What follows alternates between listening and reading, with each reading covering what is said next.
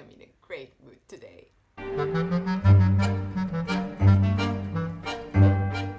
Hello everybody, I'm Roxy and this is recmebook&stuff. Today I bring you my TBR for the second half of May. I am in a great mood because so far, thanks to Springathon, May has been unbelievably good. I'm just so happy. And I'm trying to keep up that momentum for the rest of May. By the way, I know this is a super ambitious TBR. Like with Springathon, I still want a lot of options. But at the same time, I'm low-key hoping to push myself to get through most of these books, so we'll see how that goes. Okay, let's begin. April, as you know, you can check out my April wrap-up, was kind of iffy on the fiction, so I'm looking forward for these books to kind of pick that up. So first, I have The Beautiful and Damned by Scott Fitzgerald. I actually started this in the last days of April. I'm really enjoying it so far. It's just that I stopped to do Springathon basically. Then I have Optic Nerve by María Ginza. This is a Spanish edition because she's an Argentinian author. This is a very short novel. It's kind of autofictional, I've heard, but it's basically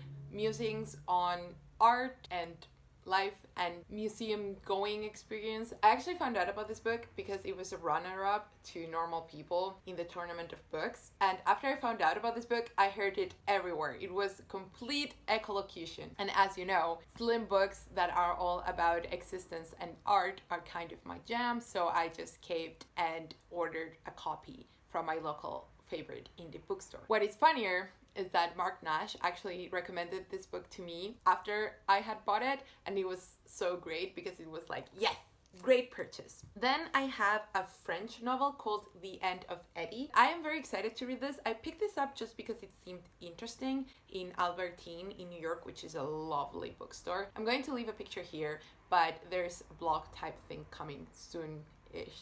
This is about, I think, a gay boy or teen growing up in, I want to say rural France, but I'm not 100% sure. What prompted me to pick this up in May was the fact that I saw an interview with the author where it was described as a sort of philosophical novel, and I thought that was interesting. I didn't read on because I think right from the first question I spoiled myself, but yeah, if it's great, it won't matter.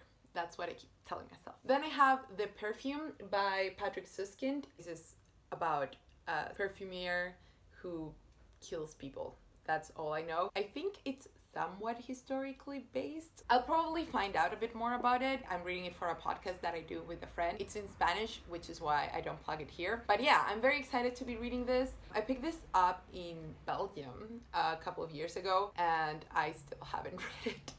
So yeah, it was on sale though. Finally, two fiction books that I'm not expecting to finish necessarily, but that I want to dip in and out of are The Lady in the Van by Alan Bennet, The Adventures of Sherlock Holmes. This was in my April TBR, yes, and I didn't get to it. I kind of want to start it, but I think I'll go over to June. And then also I want to really pick up Alan Bennet because I love him. I talked about him in the Reading Rush video, so I'll link that down below. Then non-fiction. Oh, sorry. One last little tiny fiction is 3 Types of Solitude by Brian Aldiss. And this, I think, is one short story, but it's very meta. It has like short stories within short stories, but it's also very short. But it's my favorite stories, and I trust them. I think this is going to be very interesting and fun. What a better time to read about solitude. Now let's move on to the non-fiction. I have Japan, A Short History by Mikiso Hane. I was very into Japanese culture for a time. I'm still interested in it. It's just that when I was around 16, I was really into Japanese culture. I was learning Japanese.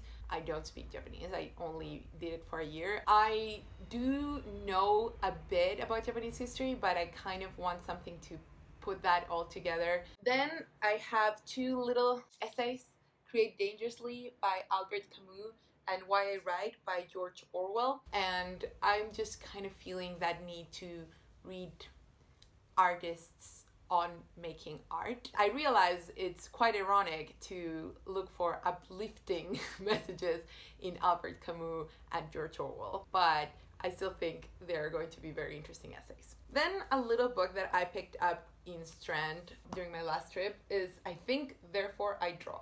Understanding Philosophy Through Cartoons. I picked this up because I have studied philosophy in college and I am currently studying philosophy now. I'm taking 2 classes on it, but I still kind of get mixed up. I've had very specific courses that have been very good, but my survey courses have been wah, wah. So I kind of want something to, again, give me a broad overview. And this is roughly grouped by topics. I know that I will probably already know a lot of the things they mentioned there, but that's why I think the cartoon framework might make it a bit spicier or more entertaining. So yeah, we'll see how that goes. Then I have The Accidental Universe by Alan Lightman, The World You Thought You Knew. And these are essays on life and physics. Alan Lightman is a physicist, I think. He wrote Einstein's Dream, which is a novella I really appreciated. These are his musings on life, and I also think a bit of art, but through the lens of a physicist. I know that sounds odd. That's why I'm so interested in it. It sounds like if it's well done, it will blow me away. Then I have an absolute classic, The Man Who Mistook His Wife for a Hat by Oliver Sacks. This is an edition in Spanish, by the way, and it's very yellow. It matches my background.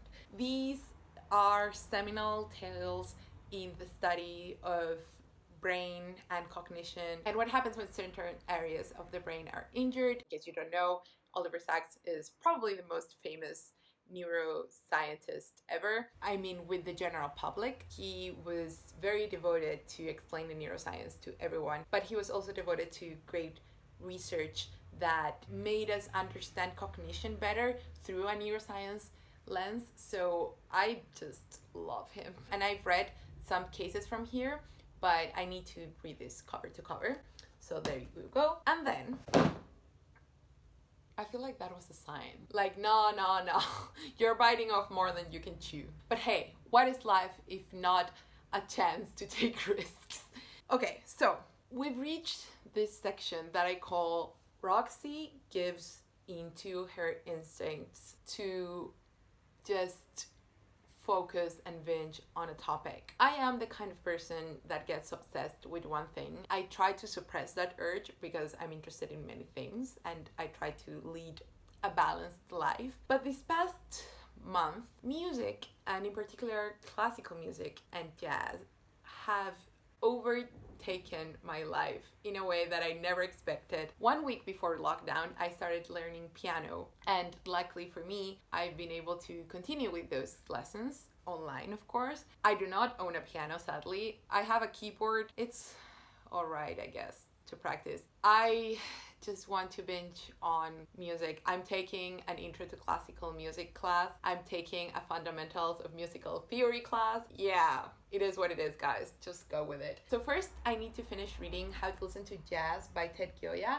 Gioia tries here to explain his parameters for jazz criticism, and in that process, he also explains what you should be looking out for in jazz, not from a prescriptivist view, but just like a components point of view. I've learned so much already. I started again during the last days of April, and I just stopped to prioritize Springathon, but I'm ready to go back. So excited. Then I have a Spanish edition of Fire on All Sides by James Rhodes. This is a follow-up to his amazing memoir, Instrumental, wherein he talks about sexual abuse and chronic depression and alcoholism, and how he got over that largely thanks to classical music. It's heartbreaking, so intense, and so wonderful. And also you'll learn a lot about classical music because one of his missions is put classical music more out there to an audience that perhaps feels very intimidated to go to classical concerts. This, as I said, is a follow-up, and in here he talks about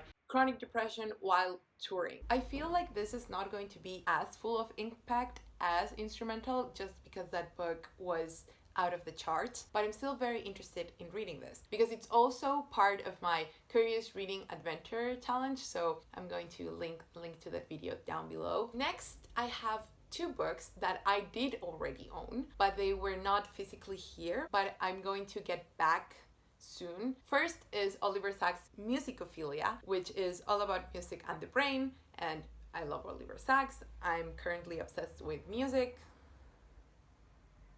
And the other one is Absolutely on Music by Haruki Murakami and Seiji Ozawa, which is basically a series of conversations about music between author and music aficionado Haruki Murakami and the famous conductor Seiji Ozawa. I'm very interested in what these two have to say. And finally, two books that are not here but that I expect to get next week because I bought them. Support your local indie bookstores, guys, huh?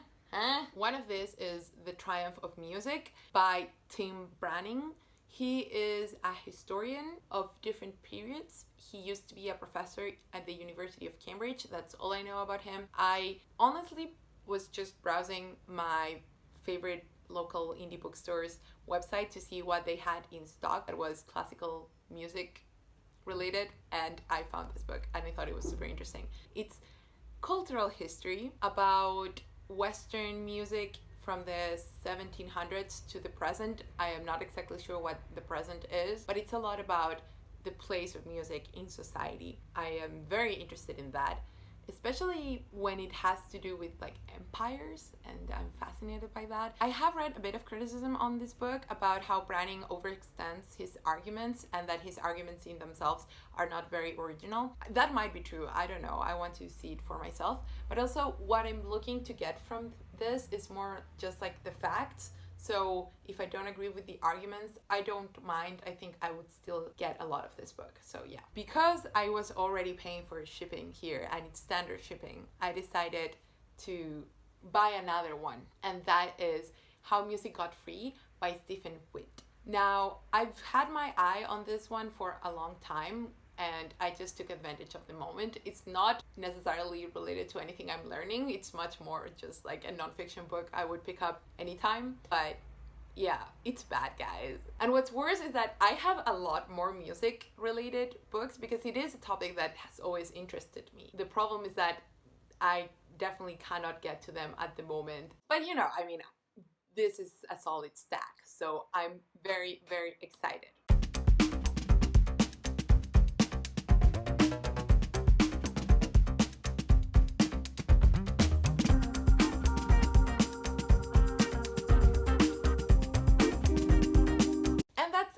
Am I crazy? Yes.